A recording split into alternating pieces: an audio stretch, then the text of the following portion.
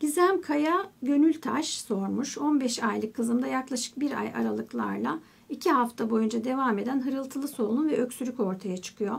Kan tahlillerinde alerji çıkmıyor. Yine de doktorumuz 3 ay boyunca bir ilaç kullanmamızı istedi. Sizin bir öneriniz olur mu demiş, tablet şeklinde. Şimdi şöyle, 1 ay aralıklarla 2 hafta boyunca hemen her ay neredeyse olan alerjileriniz var, öksürükleriniz var daha doğrusu. Kan tahlillerinde alerji çıkmayabilir. Bazen kanda yakalayamadığımız alerjiyi biz deri testlerinde yakalayabiliyoruz. O yüzden deri alerji testlerinin de yapılıp bakılmasında fayda var. Özellikle çocuk alerji uzmanlarınca yapılmasını öneriyorum. Bunun dışında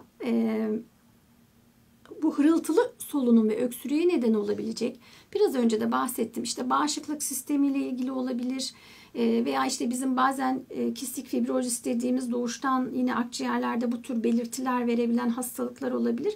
Bu yönlerde diğer testlerinizin yapılması lazım. Ona göre ilaç tedavilerinizin ayarlanması gerekir.